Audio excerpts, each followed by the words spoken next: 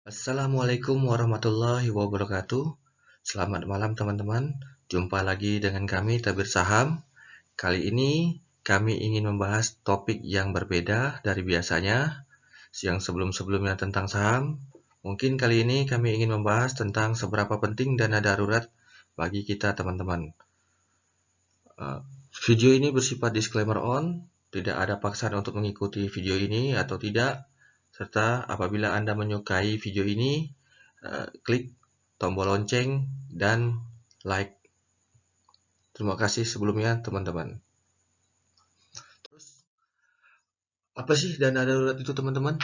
Dana darurat itu adalah dana yang kita simpan, tujuannya untuk kondisi yang tidak terduga teman-teman.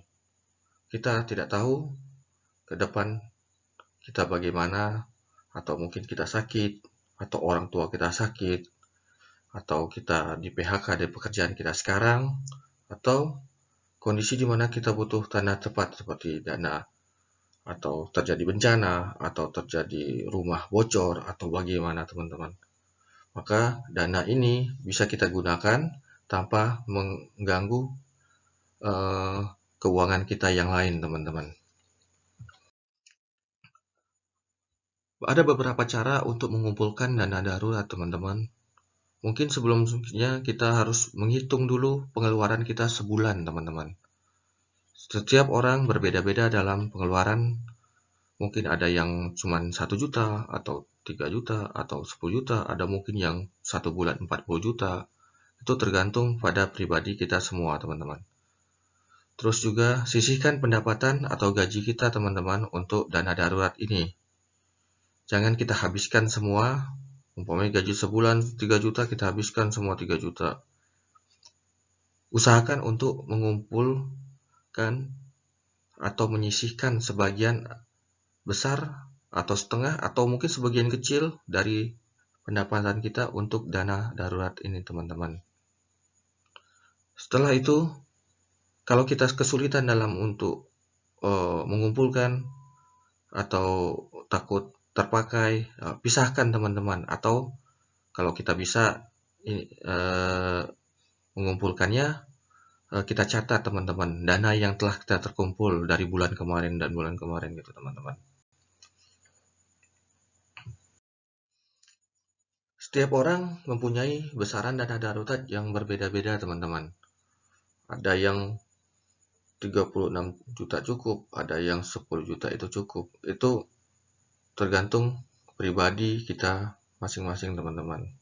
Mungkin ini sebagai gambaran berapa besar dana darurat yang kita perlukan teman-teman.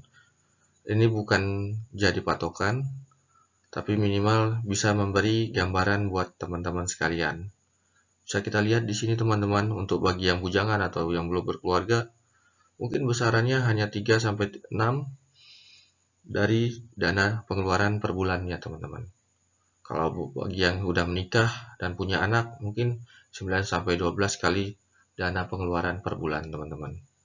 Bisa kita lihat contoh dari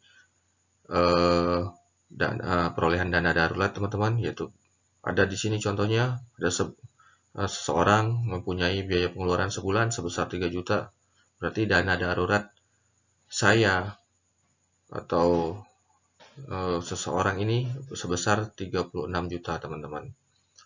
Dari dana ini bisa kita simpan ke beberapa instrumen seperti deposito 1 bulan teman-teman, tabungan, reksadana pasar uang, atau emas teman-teman. Kenapa deposito 1 bulan teman-teman? Apabila 3 bulan kita mengambil tempo 3 bulan, apabila kita bulan depan ternyata kita membutuhkan dana darurat ini, kita harus menunggu 3 bulan lagi untuk mencairkannya teman-teman.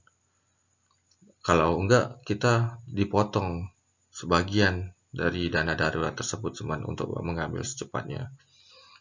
Kalau tabungan, kita bisa membuat tabungan khusus dana darurat teman-teman. Jadi tidak bercampur dengan tabungan kita biasa teman-teman. Juga bisa kita taruh di reksadana pasar uang. Kita bisa mencairkan juga secepatnya eh, dengan terus kita juga bisa memperoleh keuntungan dengan capital gain dari reksadana tersebut, teman-teman.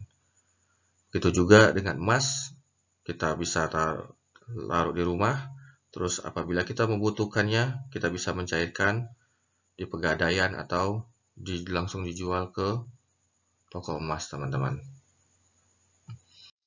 Terus kesimpulan yang bisa diambil dari video kali ini, teman-teman, dana darurat itu menurut saya sangatlah penting, teman-teman. Kita tidak tahu apa yang terjadi ke depannya, apakah kita di PHK atau kita sakit atau orang tua kita sakit.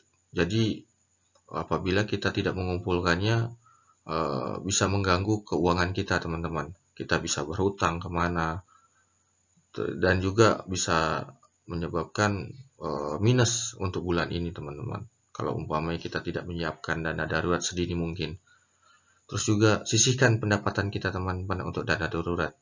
Mungkin bagi yang penghasilannya kecil atau bagaimana, walaupun cuma 50.000, ya simpan aja 50.000 untuk dana darurat, teman-teman. Kumpulkan sampai sesuai dengan jumlah dana darurat yang kita butuhkan. Apabila sudah terkumpul, kita bisa tambah lagi untuk dana darurat, teman-teman. Sehingga kita mempunyai dana darurat yang besar, dan juga kita bisa aman untuk mungkin setahun atau 2 tahun atau 3 tahun dana darurat kalau kita sakit atau di PHK, teman-teman. Terus juga simpan dana darurat itu di instrumen yang liquid, teman-teman, seperti deposito 1 bulan. Bisa juga dari reksadana pasaruan atau tabungan, atau kita pisahkan sebagian di deposito atau sebagian di tabungan atau di reksadana atau di emas, teman-teman. Mungkin itu aja dari kami, teman-teman. Semoga video ini bermanfaat buat kita semua, teman-teman. Selamat malam. Assalamualaikum warahmatullahi wabarakatuh.